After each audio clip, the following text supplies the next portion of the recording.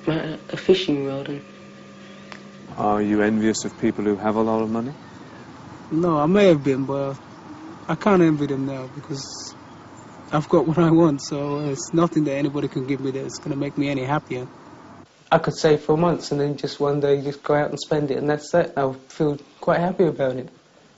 I wouldn't worry about getting the next penny. If you don't plan anything, you'll never get by anyway. You could have millions and you won't know what you're going to do with it. If you just keep spending it, you have to know what you're spending.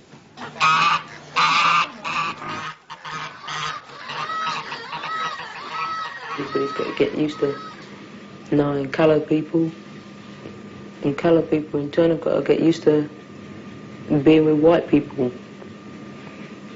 Because if either side doesn't work properly, then no side will work properly. They're just the same as me, aren't they?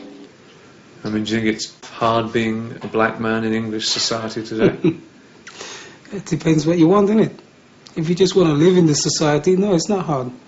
If you want to fight the society, yes, it would be hard. And have you ever wanted to fight it? Not really, no. There's no need for it. I've been to Madame Tussauds with my mum and the planetarium as well. Do you want to go abroad? Yeah. I'd like to go to Mallorca. Take a couple of weeks out there from everything. Relax myself. I think I might like to sort of go out of this country, probably just for a holiday first, somewhere, anywhere, and then sort of think about settling down somewhere else. I mean, I could have got a job in some foreign parts, working for an automation packing firm. But when it came down to it, I didn't want to move. I didn't want to leave. So, I mean, I've probably got a very narrow view of life, because I don't really like travelling. Does that worry you, that you have that narrow view? Worry me? You keep asking me if things worry me. No. Does it concern you, then? Yeah, that's a different word. No, not really. It doesn't really concern me. And what do you want for the future? Watching my kids grow up, and when they're growing up, maybe seeing their children grow up as well. Looking at some of the earlier films, it would seem that maybe you had a sad childhood and you didn't have a dad and you didn't have a lot of material things. No, I wouldn't really call that a sad life. It's a different life to somebody with everything or thinks they have everything, but I mean, it doesn't matter if you've got everything, all the material things in the world. I mean, you're not going to be happy anyway because you still want the next thing down the road.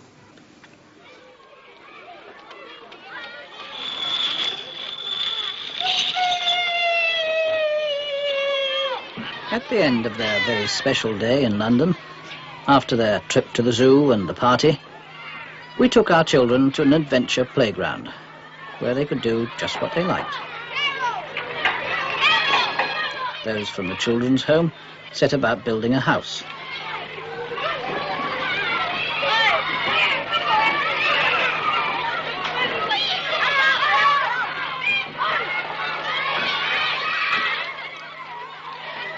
There's Nicholas.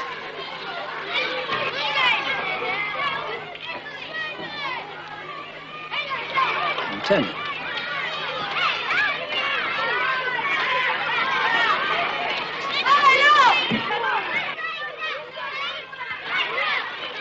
Andrew.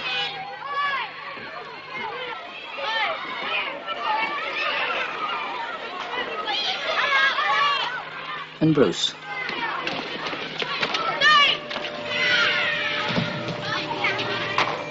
John.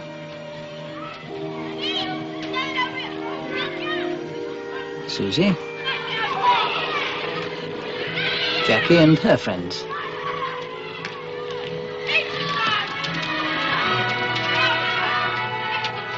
Give me a child until he is 7, and I will give you the man.